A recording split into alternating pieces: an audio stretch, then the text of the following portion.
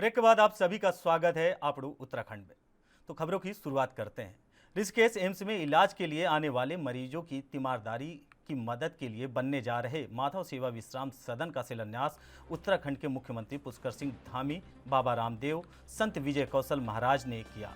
इस दौरान एक भव्य कार्यक्रम का आयोजन भी किया गया, जिसमें विश्राम सदन के लिए दान देने वाले सहयोगियों को भाऊराव देवरस सेवा न्यास की ओर से सम्मानित किया गया। मुख्यमंत्री पुष्कर सिंह धामी ने कहा कि भाऊराव देवरस सेवा न्यास की ओर से बनाए जा रहे माधव सेवा विश्राम सदन मरीजों की तीमारदारों के लिए मील का पत्थर साबित होगा। उन्होंने विश्राम सदन के निर्माण में सरकार की ओर से बतौर मदद 50 लाख रुपए देने की घोषणा की। उन्होंने कहा कि राष्ट्रीय स्वयंसेवक संघ के प्रयास से यह काम काफ़ी अच्छा है।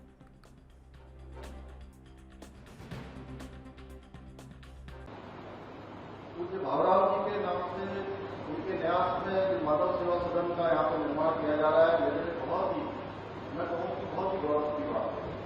और उस समय में जब हम पढ़ते थे तो पहली बार 1998 में हमने लखनऊ विश्वविद्यालय में भाऊराव जी के नाम से भाऊराव द्वार लखनऊ विश्वविद्यालय में उस समय की सरकार के द्वारा हम लोगों ने बनवाया। तो आज की हमारे लिए स्मरण है। और मैं पिछले दिनों जब लखनऊ गया था तो मैंने याद किया अपने स्मरण के लिए वहां पर जाके अपना एक छाया चित्र भी लिया था। आज इस सेवा सदन का विश्राम सदन का इसका आज ये शिलान्यास कार्यक्रम हुआ। मुझे पूरा विश्वास है कि जल्दी ही ये इसका लोकार्पण भी होगा। आज शिलान्यास हुआ है, जल्दी इस काम को पूरा किया जाएगा, जल्दी पूरा होगा, क्योंकि ये विश्राम स्थल पूरा गरीबों के लिए बनाया गया है। इसका कोई भी व्यावसायिक ध्येय नहीं है। अतः मैं इस निर्माण से उत्तराखंड सरकार की तरफ से 50 लाख रुपये धनराशि की घोषणा करता हूँ। 50 लाख रुपये धनराशि सरकार की तरफ से दी जाएगी। भाऊराव जी का नाम लगातार सेवा के माध्यम से सेवा लेंगे और एक एक जगह पर ऐसे अनेकों जो उन्होंने प्रकल्प खड़े किए, उन प्रकल्पों के लिए लगातार जाना जाएगा। भाऊराव देवरस जी का नाम एक ऐसा नाम है जिन्होंने अपने जीवन में 65 वर्षों में जब से उनकी प्रज्ञा जागृत हुई, एक एक क्षण और एक एक पल उन्होंने राष्ट्र को समर्पित किया, मां भारती को समर्पित किया। वर्ष 1937 में 20 वर्ष की आयु में डॉक्टर साहब जी की संघ विस्तार योजना के अंतर्गत भाऊराव जी नागपुर से शुरू उत्तर प्रदेश के लखनऊ आ गए और लखनऊ आने के बाद 1952 में शिशु मंदिर योजना प्रारंभ की गई। उसका सपना था, उनका क्रियान्वयन पूरे उत्तर प्रदेश के गोरखपुर केंद्र से हुआ। यह नशा का पौधा जो उस समय प्रारंभ हुआ था, आज विशालकाय बढ़ बनकर। मुख्यमंत्री पुष्कर सिंह धामी ने बॉलीवुड के गायक जुबिन नौटियाल को बेस्ट प्लेबैक सिंगर मेल का अवार्ड मिलने पर बधाई दी और उनके उज्जवल भविष्य की कामना की। मुख्यमंत्री ने कहा कि गायक जुबिन नौटियाल को मिला यह सम्मान राज्य का भी सम्मान है, इससे युवाओं को भी प्रेरणा मिलेगी। गायक जुबिन नौटियाल के पिता के आवास पर कार्यक्रम में मंत्री सतपाल महाराज, प्रेमचंद्र अग्रवाल, गणेश जोशी, सांसद नरेश बंसल, जुबिन नौटियाल के पिता समेत कई लोग उपस्थित रहे।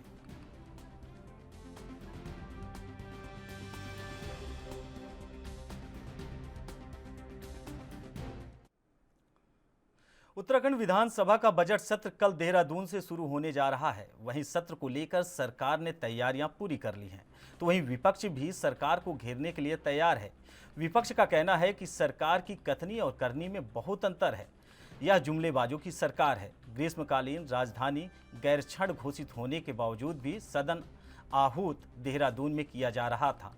इससे बड़ा दुर्भाग्य कुछ भी नहीं है।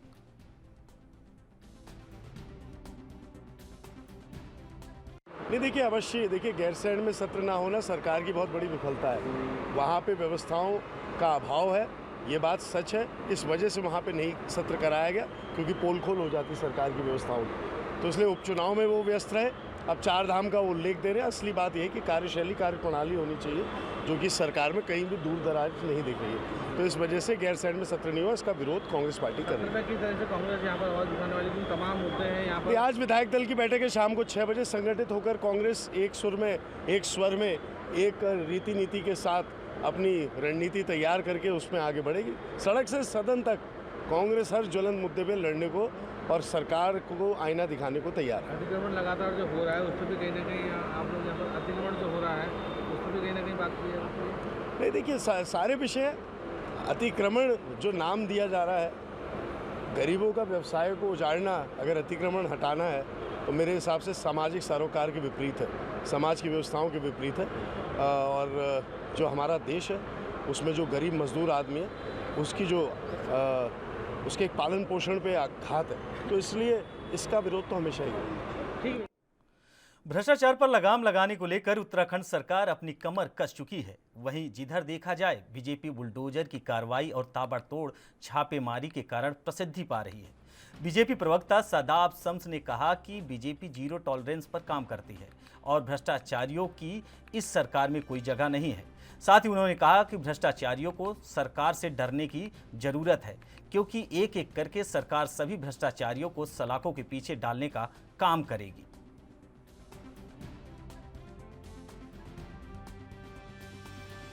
ये 0% टॉलरेंस ऑन करप्शन की सरकार है केंद्र में और प्रदेश में, और धामी सरकार में भ्रष्टाचारियों के लिए कोई स्थान नहीं है। इसलिए लगातार जिस तरह से ईडी के छापे हो रहे हैं या आय से अधिक संपत्तियों वाले के यहाँ आयकर के छापे हो रहे हैं, मुझे लगता है कि आवश्यक भी है। विजिलेंस के छापे पड़ रहे हैं तो ये चोरों को डरना चाहिए कि आखिर गरीबों का ये जो धन आपने एकत्रित किया है कहाँ से आपके पास है, आपको बताना पड़ेगा सरकार को। ये नहीं चलेगा कि आप भ्रष्टाचार करें, ब्लैक मनी इकट्ठा करें और आपके पास कोई कहने सुनने वाला नहीं। पुरानी सरकारों का दौर समाप्त हो गया है। ये नए मुख्यमंत्री के साथ, यशस्वी प्रधानमंत्री के साथ एक नए युग की ओर भारत बढ़ रहा है। और मैं ये कह सकता हूं कि जितने भी ब्लैक शीप्स हैं, भ्रष्टाचारी हैं, वो सब अपनी अपनी गठड़ी मजबूत कर लें। अब उन्हें हम सलाखों के पीछे भेजना शुरू कर रहे हैं। एक एक करके जो भी भ्रष्टाचारी होंगे उन्हें उनकी असली जगह भेजा जाएगा। जो ईमानदार लोग हैं उन्हें घबराने की आवश्यकता नहीं। वो जांच में दूध का दूध, पानी का पानी होकर बिल्कुल क्लीन निकल के साफ आएंगे। तो इसलिए हम ये कह सकते हैं कि जो ईमानदार लोग हैं उन्हें घबराने की बिल्कुल आवश्यकता नहीं है, लेकिन जो भ्रष्टाचारी हैं उन्हें डर की ज़रूरत है और उन्हें डरना भी चाहिए। मैं बिल्कुल इस बात से सहमत नहीं हूँ। एक आध मछली को पकड़ के पूरा समंदर सफाई नहीं की जा सकती। आप बताइए कि पुराने मुख्यमंत्री के स्टिंग ऑपरेशंस की सीडी और पेन ड्राइव और अकाउंट नंबर्स विधानसभा के पटल पर रखे गए थे, आज तक जांच समिति नहीं बनी। आर्बिट्रेशन के मामले आए थे NS-74 के, आज तक उसमें कोई कार्रवाई नहीं हुई। कुंभ में कोविड जांच का मामला आया था, छोटी मछली पकड़ ली, जिसने उसको लाइसेंस दिलाया, जिन नेताओं ने उसको लाइसेंस दिलाने के एवज में जो भी लाभ उठाया होगा, उनके खिलाफ कार्रवाई नहीं हुई। सफ़ेद पोस्ट नेताओं के खिलाफ जिस दिन कार्रवाई हो जाएगी उस दिन मैं मानूंगा कि बीजेपी जो है भ्रष्टाचार मुक्त करना चाहते। एक कर्मचारी के खिलाफ आप कार्रवाई कर रहे हैं, क्यों उसके खिलाफ कार्रवाई नहीं करें जिन 3 अधिकारियों के परिजनों के नाम जमीन घोटाले में आया? और कहाँ है आज मामला? उस पर छुप्पी क्यों सबने साध ली है? ना उसको कोई भी नहीं दिखा रहा, ना कोई नेता बात कर रहा है।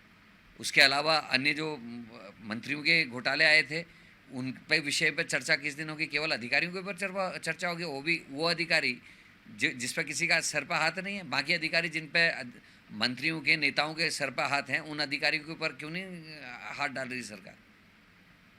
नियत पर शक है। कांग्रेस नेता राहुल गांधी को आज नेशनल हेराल्ड मामले में ईडी ने बुलाया था। राहुल गांधी को 2 जून को भी ईडी ने तलब किया था, लेकिन विदेश में होने के कारण राहुल गांधी जांच में शामिल नहीं हो पाए। बता दें कि नेशनल हेराल्ड में कथित रूप से हेराफेरी करने के आरोप में गांधी परिवार सहित कई कांग्रेस नेताओं के खिलाफ मामला दर्ज किया गया था। वहीं आज कांग्रेस के नेताओं और कार्यकर्ताओं के द्वारा केंद्र सरकार और ईडी के खिलाफ देश भर में विरोध प्रदर्शन किया गया, जिसकी झलक उत्तराखंड में भी देखने को मिली।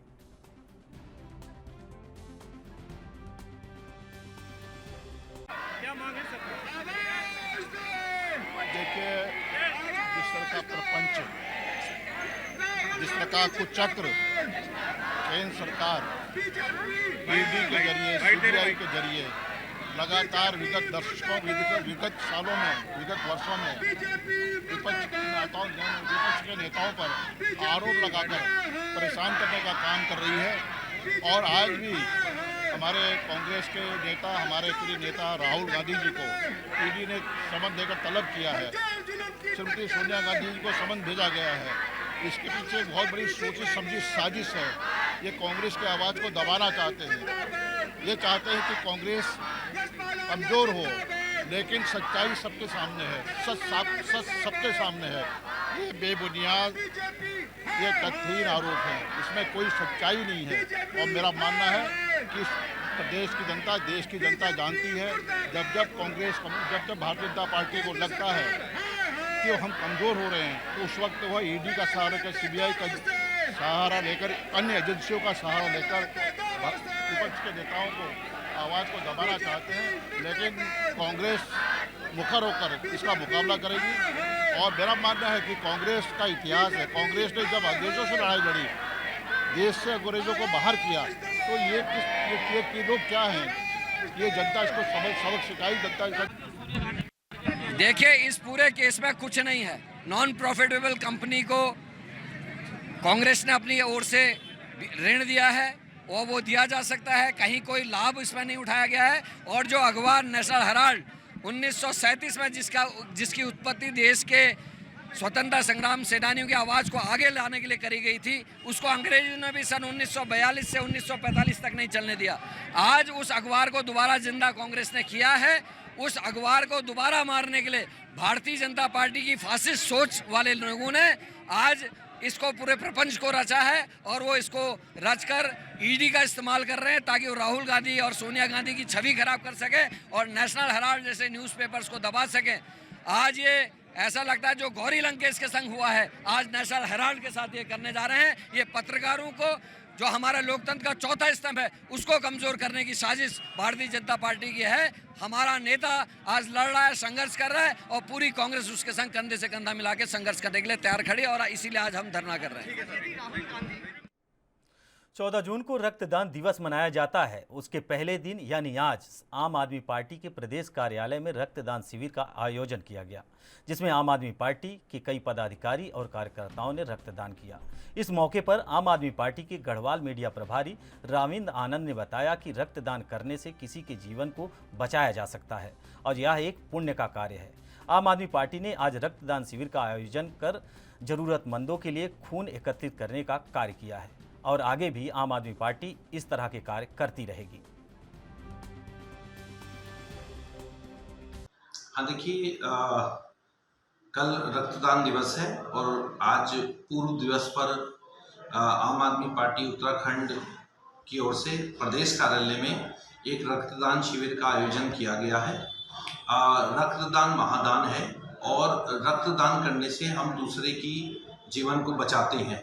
तो इसी संदेश को देने के लिए पार्टी द्वारा ये निर्णय लिया गया है, जिससे कि और लोगों को प्रेरणा मिले, समाज में एक मैसेज जाए और लोग प्रेरित होकर के रक्तदान करें, जिससे कि भारत में जो रक्त की कमी है वो पूरी की जा सके। साथ ही जो लोग समय पर रक्त के ना मिलते अपने प्राणों से हाथ धो बैठते हैं, उनको बचाने के लिए इस मुहिम को चलाया जा रहा है और भविष्य में भी इस प्रकार की रक्तदान शिविर आम आदमी पार्टी द्वारा समय। हरिद्वार के निष्काम सेवा ट्रस्ट आश्रम में विहिप की केंद्रीय मार्गदर्शक मंडल की 2 दिवसीय बैठक का समापन हो गया। बैठक में देश भर के कई बड़े साधु संत शामिल हुए। बैठक में मठ, मंदिर, धर्मांतरण, Kashi, Mathura common civil code से संबंधित प्रस्ताव पास हुए। बैठक के बाद विहिप के केंद्रीय महामंत्री विलिंद परांदे ने प्रेस वार्ता को संबोधित किया और कहा कि देश भर में मौजूद मठ मंदिरों से सरकारी नियंत्रण हटाना चाहिए। धर्मांतरण के लिए देश में चल रही ईसाई मुस्लिम संगठनों को रोकने के लिए कठोर कानून बनाना चाहिए। उत्तराखंड सरकार द्वारा कॉमन सिविल कोड लागू करने के निर्णय का भी बैठक में मौजूद साधु संतों ने स्वागत किया।